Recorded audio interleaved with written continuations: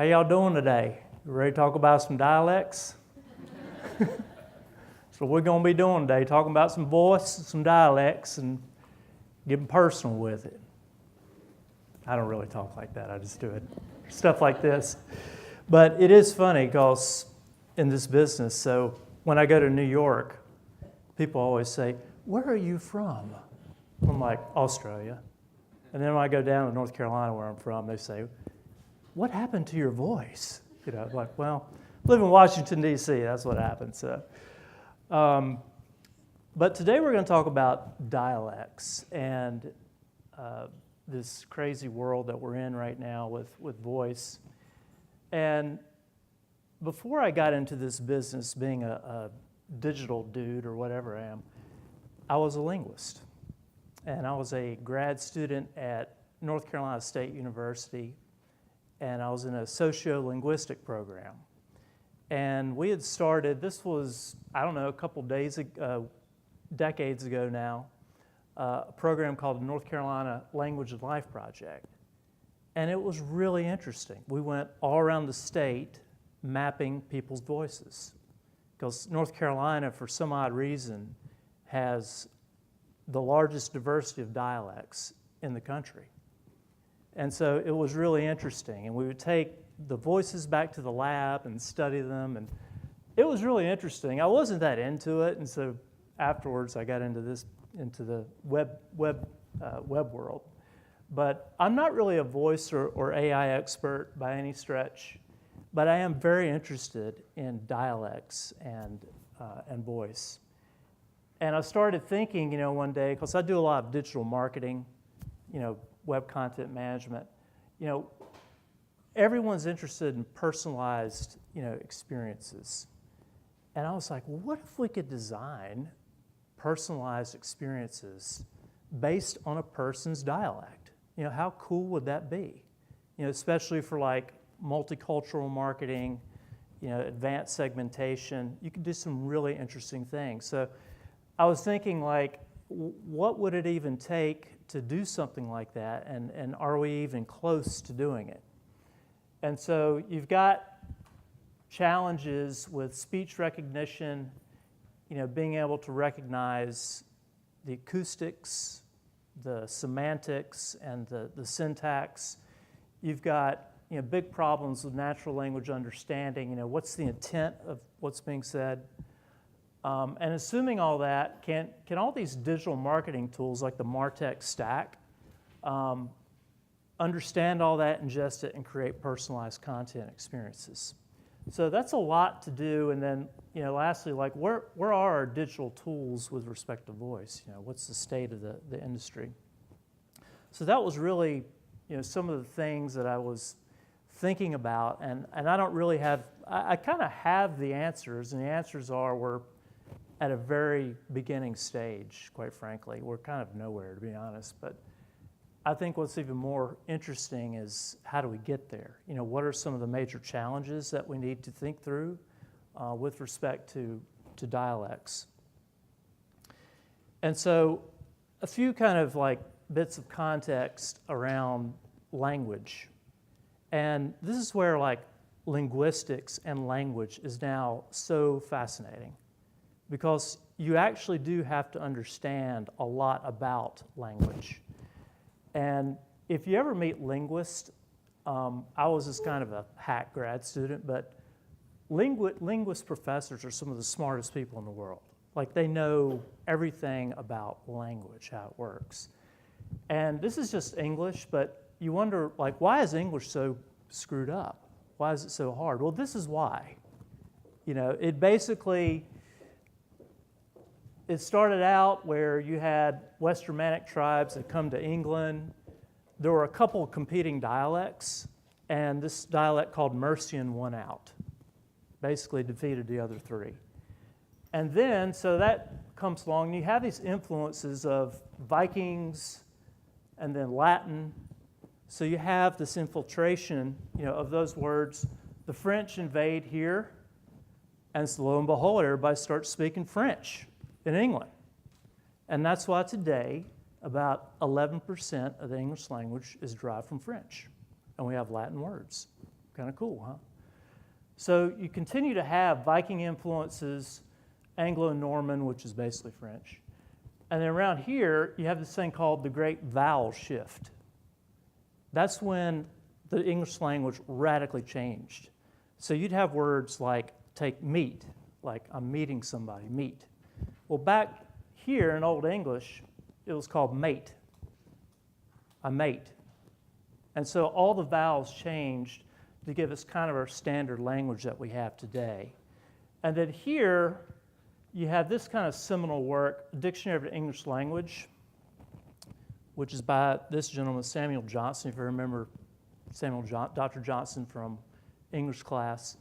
He was like, I'm just going to fix all this. We're going to speak one way, and it's going to be my way, and I'm going to have a dictionary, and it's going to be awesome, and everybody's going to abide by it. Well, that doesn't happen because language is constantly changing. And that's the really interesting thing about this space and about where we're going. Like in 2,000 years, we probably won't recognize how we talk today. It'll be radically different. So there's a few principles and concepts in sociolinguistics that I think are critically important to voice design. And I'll just go through a few of these kinds of, some of the major ones, but sociolinguistics is about language variation. And you can basically say the same thing in more ways than once. And so you have these things called code switching. So code switching is basically altering your voice in various contexts. So for example, when I'm giving some kind of brief to where I work, I don't talk like this where I'm now in North Carolina and say, we're going to talk about a website. I'm going to show you how this website works. I talk like this and say, we're going to discuss this web application that has approximately 300 pages. And everybody's like, oh, okay, great. So that's code switching. We do it all the time. Everybody does it. There's speech communities and social networks. So depending upon your dialect, you tend to form these natural communities and social constructs that I think is actually very interesting and has a lot of application for digital marketing at the end of the day. Dialects are basically regional variances in voice. It includes both grammar and phonological features, so that's the sound and the structure of language and the semantics, what's being said. Phonemes are essentially discrete sound units. So the English language has about 44 of them. And dialects, you can basically have variation of these phonemes. So as we get into more advanced, concepts with speech recognition, you're going to really look at those phonemes and how they're ingested and analyzed with speech recognition. This one is really funny. Many so-called non-standard forms are actually natural tendencies to standardize in our heads. So you think like my daughter, I put this in here. She goes, I catched it when I throw a ball. And I was like, now you called it. But she's hearing the past tense of catch, and everything is an ED except for called. So in her head, she's going, I catched it. In other ways, you say, he be, not he, So there's these tendencies it's called grammatical leveling. And that's another kind of thing as we're thinking about how we design for voice, some of these concepts. So all these sort of, I think, will crop up. Some of the North American English dialects, there's a lot. There's even more in Spanish. There's a ton more. One time I was down in Santiago, Chile, which is an awesome city, and I was going someplace, and I told the taxi driver, I said, I want to go to this location, this house. And he goes, sí, me voy muy tiro.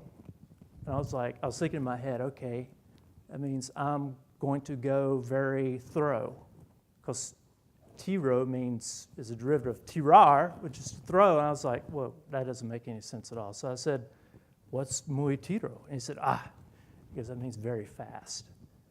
So you have these these examples that are all over the place. You have different pronunciations, pen in South or pen. Non-standard forms like quamished. I'm quamished in my stomach. Some of the folks on the Outer Banks of North Carolina, they'll go hoy-toy instead of high tide or high tide. So very interesting variances in terms of dialects. There's some examples that I have on from a website. It's called Talkin' Tar Heel. If you ever get to go to it, you can kind of view all these variances of like Native American speech. Spanglish to me is very interesting. So you'll see a lot of Hispanic speakers. They'll mix English and Spanish. So they'll say, yeah, we're going to go lunchar. Lunchar is not a word, but they're meaning to have lunch. And so you're going to see like all those things kind of infiltrate and change our language. So all that I think is really interesting and has a lot of impact in terms of recognition, speech recognition and natural language understanding, as we get to more advanced computing. And modern kind of automated like speech recognition systems are basically trying to eliminate variation in speech. It kind of has to convert the speech to the text pattern, to text. And so they're basically taking out speaker, environmental, any kind of like variation. You can deal with it through, training, to address, extreme variation in dialects. There's a lot of speech recognition, APIs that are out there. So you've got all these things, the acoustic model, the language model, and lexicon that you have to deal with. It's a very, challenging problem, just speech recognition in general. 95% accuracy is actually insufficient. There's been a lot of studies done that it needs to be pretty close to perfect or people will get frustrated and leave. This to me is really interesting, AI discrimination. You're actually seeing that topic come up. Like people feel that the AI is discriminating against their voice because it's not recognizing it. And so that has a lot of, I think, significant impact when we're designing these experiences. They have trouble with like high-pitched voices, children's voices, various kind of ethnic voices. Non-standard speech is a challenge. I think a lot of this can be overcome over time just through sheer data. The more data that we feed ASR systems, it can overcome it, but it is a challenge. This is actually much more difficult than speech recognition, which is the understanding. So let's assume you can understand what's being said. Natural language understanding has to deal with a ton of these complexities of syntax, reference, context, timing. All these things are very important. Kind of overall, like pattern detection is actually okay. Like computer programs can detect patterns or words, but they have a hard problem with elemental understanding that deals with, the grammar, the syntax, the structure of language, the meaning of it, the semantics. Non-standard forms are kind of, a good example. And then the purpose, like the goal. There's a lot of research, like this gentleman, Percy Liang at Stanford, is doing a ton of work around natural language understanding. It's really interesting. Some of the like dialect challenges we kind of spoke to a bit ago, but I think code switching is actually a challenge. So if you're switching how you talk, you're your voice recognition and voice app is probably not going to pick up the true intent of the speaker and that speaker's profile. So that's going to be interesting, and I'm not sure there's an easy way to overcome that. Semantic parsing, like all these non-standard words, I think are challenging. I guess it can be overcome through data. Goal obfuscation, like what does a user really mean when they say something, especially in a dialect. Then issues with just kind of non-standard syntax like tense and structure. So all these things like semantic parsing, pragmatic analysis, syntax analysis are challenging. So with all that, what do we actually mean by like personalization related to dialects? And this is not like the list or anything, but these are some things that I think are going to be interesting. Can we actually have, at a very basic level, can speech recognition just understand the dialect? And there's been a lot of like academic studies out there, like Rachel Tatman at University of Washington. The answer is not really at the moment, but it's getting better. Can we actually have intelligent virtual assistants in the speaker's dialect? Or when there's a response from natural language generation, can we actually do that in a speaker's dialect? Suppose it's possible, but it's going to be difficult. These are some of the more interesting ones kind of now.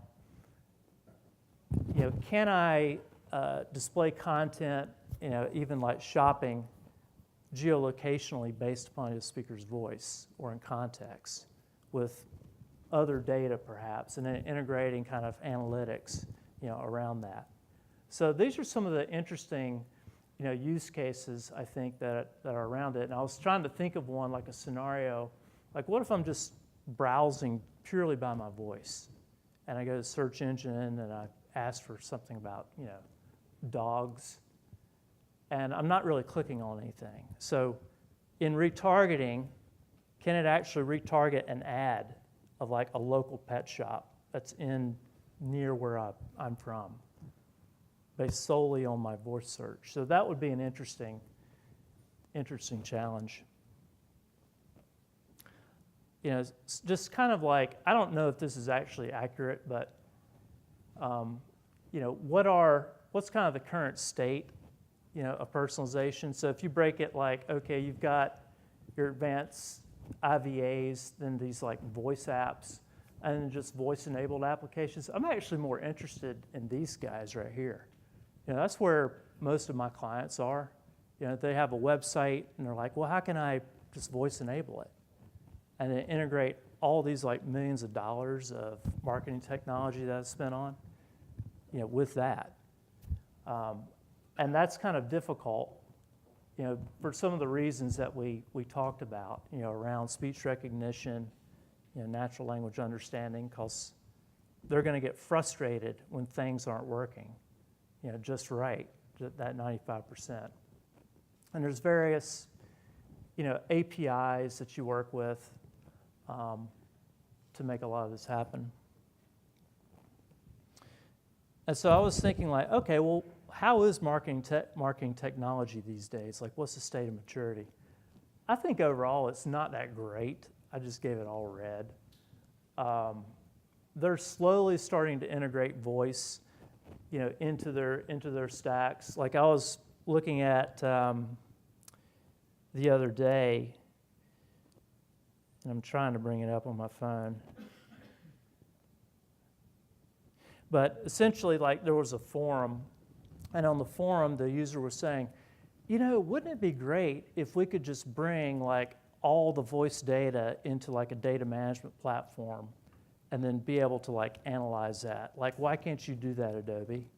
And that's like the crux of the problem, integrating all of these technologies, with voice, not so much for like Alexa, but for like web apps and mobile apps. And so that's going to be an interesting challenge for these companies, over the years. I think Adobe's trying to do a lot. They've integrated, I think, some voice features into Adobe Analytics, but they're still, I think, a fair ways away. And so I was sort of thinking like, okay, how would this work? If I was to have, Yancey's great, dialect personalization project, how would that work? Well, I think part of the challenge is like, where do I integrate, the marketing stack, all my targeting, analytics, and content? And I guess it would be somewhere, around here, or maybe even here perhaps, where we go through and I rely on speech recognition and natural language understanding and such to do its magic, and then it's starting to come around on this cycle to generate the response. And then I integrate, through APIs, all of my advanced targeting, all my campaign tools to do all the targeting here at this stage. And then you have various kinds of personalized responses where it's like, you could have one instance it's just a pure voice response, but then others you've got, maybe even just a pure content response where there's not a voice response, but you are seeing like a relevant ad or, product, pop up based upon somebody's voice command. Or you could have a combination. So it's going to need to consider, I think, all of these various response options as we try and integrate that stack. So some of the conclusions, it's obviously not really practical or possible right now, I don't think, to optimize for every dialect. So what can we actually do with this problem? So some of the things I think that can be practical are like, okay, let's start off with optimizing your site for voice and maybe pick out some standard forms. And if you're a multicultural marketer, maybe you're like doing some targeted, structured language according to your segment that you're targeting. Definitely like think about priority dialects and variation into the flow. Like a lot of like voice design is kind of pattern based where we're designing flow. So let's think about like, okay, are there actually priority dialects that I want to consider, here, or big parts of the audience segments that I'm looking at. I think other user data is going to be needed, particularly with mobile. So if we've got, let's say you're take me, I'm like a southern speaker, but I actually live in California. So if we're just basing that solely on my voice, well, that's not going to work. But if I can get geolocational data from the phone along with my voice, then that could help with some of the targeting. There are these natural language generators out there that I think can generate keywords in the right language. I haven't really worked with them that much, but that's another way to see how various audience segments would respond to your products. And then lastly, like this is one I'm going to work on actually, just trying to integrate MarTech with natural language processing through open APIs, and that's kind of the next frontier. Maybe just take one part of the stack. Maybe it's like push notifications. Maybe it's analytics or something to that effect. So I don't have all the answers. I kind of know a little bit the problems, but I think it's a really interesting field, and it's going to get more interesting as things mature. That's it.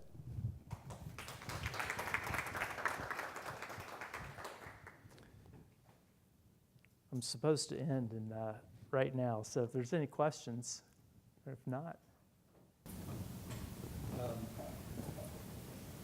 I guess the best way to ask the question is, suppose you have to develop a solution. For example, the person who lives in California but moved from New York who has a strong accent. My question is, what would be required to solve or provide a product like this?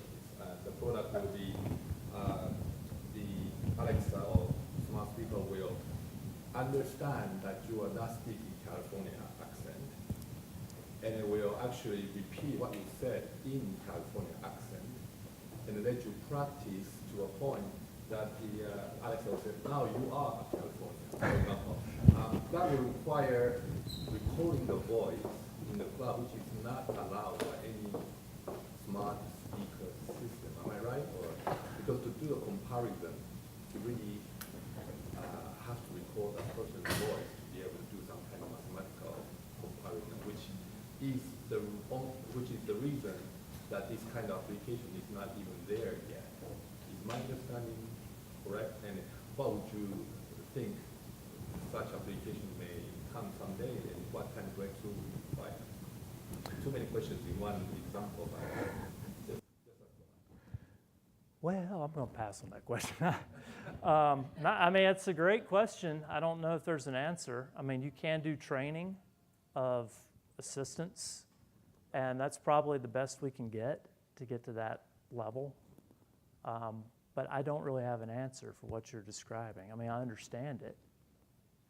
Does the AI know what dialect you are speaking right now today? Is the technology there? Not yet. Not yet. I mean, you've got I would say, you take Watson, for example, it can pick up some things around tone and some non-standard forms, but in general, I don't think it's quite there yet. Even I was watching a session a moment ago where the guy was just asking Alexa some kind of silly questions, but in a different kind of non-standard form. It couldn't quite pick it up, and it would ask, repeat the question or help. So I think it takes training of the assistant to ultimately. That would be a company like Amazon to solve that problem, or a third-party startup company that can solve the problem? I think it's going to be probably a natural language understanding or a third party to solve it. From my understanding, most of natural language understanding and speech recognition training, rather, it came from Penn State. This data set that trained a lot of the English language that are used. Penn State, yeah. It was. I'm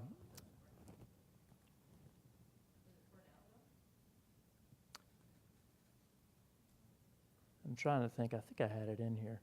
Yeah, Switchboard trained a lot of these programs, and so it's going to take someone at a fundamental level to do that training and provide the data, on the speech recognition side. But the natural language understanding, understanding all that, that's going to be a much more challenging elemental problem. I'm sure people are thinking about it, at Amazon, for example. I'd have to think.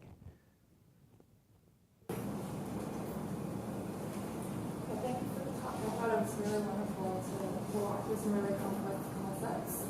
So I'm a user researcher, but I come from a more technical background, meaning that at the beginning you referred to some of the external research when we were talking about the challenge of being mindful of the social impact of AI when it's not understanding, not making the user feel understood, just due to the state of the science, the state of the technology.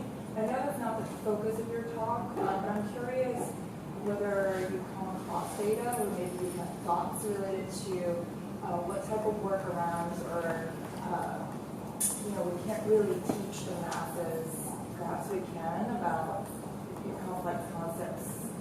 We can't talk about code switching in a linguist way and then talk about I-language, E-language, all of that, and then explain it'd be impossible whenever you get a closed system to do the open type of interaction that we are as real humans. So in the meantime, what do you think, or some thoughts you can offer towards making less than sort of that, lever that frustration? AI discrimination. Yeah, exactly. AI discrimination and dialect, I think, is a great. Definitely, yeah. I think there might be a couple nuggets. One is bounding your program into a contained user scenario. So you're not trying to deal with every scenario in your voice app, but rather a contained set. And that way you can I think more accurately target patterns and keywords and deal with variation in a more constrained setting. Like that's how I would think about it. So you might, I don't know what it would be, but it could be something focused like, you know, let's check my account, open my account.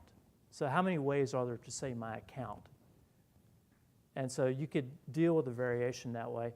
And I think, you know, just as you have in like the old browser days dealing with like IE 6, 7, and 8 and beyond, where it was just a pain in the butt trying to get every web app to work in those things, you degrade gracefully with voice and really think through, you know, what's that, you know, user flow for potential, you know, issues around dialects, so the user doesn't feel, you know, slighted or put off.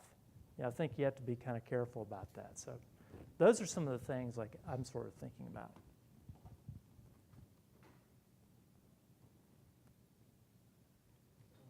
In case if you're profiling and targeting ads based on the dialect, it basically reflects not on, so I mean other profiling is done by location or device. This is done directly on the user. So would someone take it offensively? Because I know Google Maps in India uses an Indian accent in the navigation system, and I know a lot of people don't like it.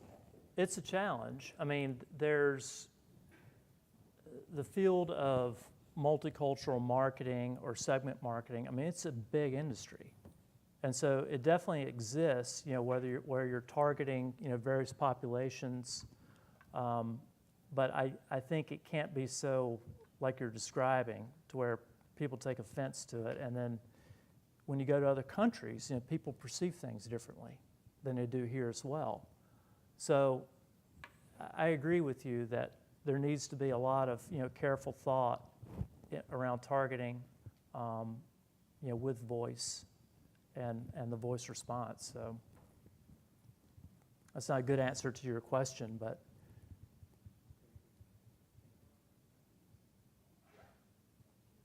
any other questions? All right. Well, thanks, everybody. Appreciate it.